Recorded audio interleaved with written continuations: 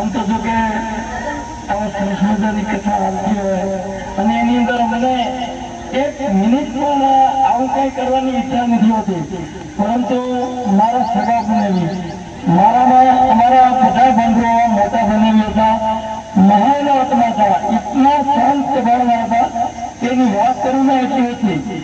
અત્યારે ફક્ત 1.5 મહિના થયા સ્વર્ગવાસ પહોંચાડે તો આનું સન્માન મેં ના પાડી કે ના બેટા તારે સન્માન મારું કરવાની જરૂર નથી. છોકરો નારાજ થઈ ગયો અને રોવા માંડ્યો કે મામા આજે મારા બાપુજી હોય તો તમારું સન્માન કરે કે ન કરે.